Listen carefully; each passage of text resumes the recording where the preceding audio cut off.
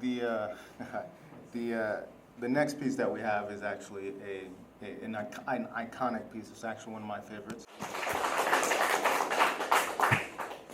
And now we'll hear from Tammy Walker. Can you hear me? A little more? Okay. If I stand closer to the microphone, maybe I can be a little louder.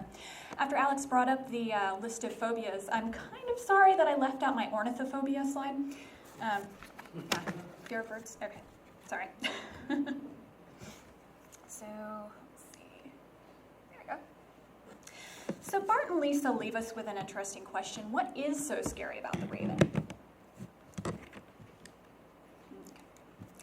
On its surface, the Raven offers plenty to unnerve the reader. A dark night, a lost love, the death of a young woman, a mysterious bird that just won't leave the speaker alone. But if we look beneath these elements, there's a tension between the natural and the supernatural. One way of looking at this poem, what's so scary is that for all the speaker's hopes that the Raven is supernatural and can give him respite from his anguish, the Raven's just a bird, one with no special powers. The speaker in the Raven doesn't find comfort in settling for the most likely explanation of events, nor can he rely on the supernatural intervention to relieve him from his mourning. The poem starts with the speaker grieving over Lenore, and yet trying to find some relief for his sorrow by reading many a quaint and curious volume of forgotten lore, and by appealing to angels who speak of Lenore. He wants comfort and seeks it through the supernatural. Then he hears a noise. He's initially filled with fantastic terrors. It could be a ghost, but reason comforts him. It's probably just some late visitor entreating entrance at my chamber door. This is it, and nothing more. So he gets up to investigate, all the while speaking to the presumed visitor. I was napping, so faintly you came tapping. I was scarcely sure I heard you. And yet, when he opens the door, he finds darkness. No visitor, but also no ghost. This is the point in the video where Bart says, you know what would be scarier than nothing? Anything. But I don't think Bart is right. When you're yearning for something, nothing can be very scary indeed.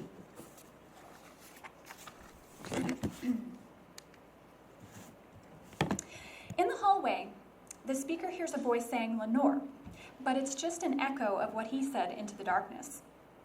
Then he hears another tapping on the window and concludes it's the wind and nothing more. Upon investigation, to explore the mystery, he flung open the shutter, which permits the Raven into the room. So even though he's been reasoning that whatever's tapping isn't a ghost or a demon, the speaker can't quite get away from the idea that the supernatural is going to help him. He appeals to the bird as the Raven of saintly days of yore, and hailing from the night's Plutonian shore, Pluto, of course, reference to the underworld.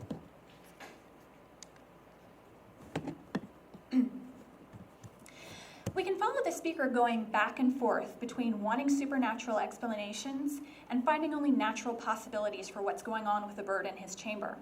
He reasons that on the morrow he will leave me, in other words, just fly right back out the window. The speaker also has a good explanation of why the Raven keeps quoting Nevermore. Something terrible happened to the bird's previous owner, who lamented nevermore.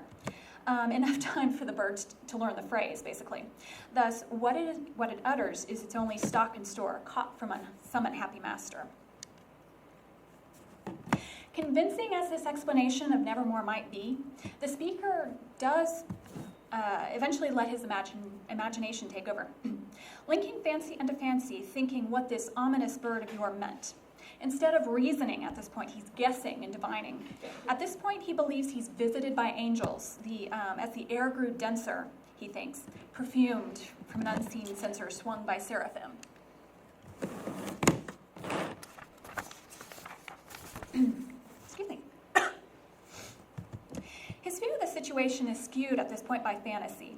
The speaker asks to be able to forget Lenore, respite and nepenthe, or something to soothe his pain, balm in Gilead.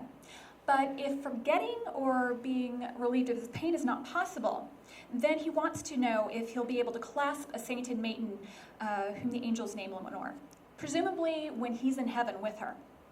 To all of these questions, though, the raven answers nevermore. How can the bird provide any sort of magical amnesia or promise the speaker that he'll be able to see Lenore again? It can't. It's just a bird. The speaker tells the raven to go back to the underworld, the night's Plutonian shore, which, again, it can't do, being just a bird. The speaker can compare the bird to a demon. He says his eyes have all the seeming, not actually, of a demon set is dreaming, even though he doesn't actually put forth the claim that it is a demon. So the scary ending. What's so scary about all this? The one thing that the speaker wants is affirmation that the supernatural exists, that Lenore is waiting for him in heaven, and that they will be reunited there. In the meantime, he wants to be relieved of his grief over her untimely death. What's scary then is that the raven is not a ghost or a demon or an ancient of heaven. The raven's just a raven. At the end of the poem, the raven's shadow, which is a natural phenomenon, covers and overpowers the supernatural element to the speaker, his soul. Ultimately, the supernatural doesn't help, it cannot help the speaker, who must forever remain in the raven's shadow. He knows, therefore, that he can rely on the mythological realm nevermore. Thank you.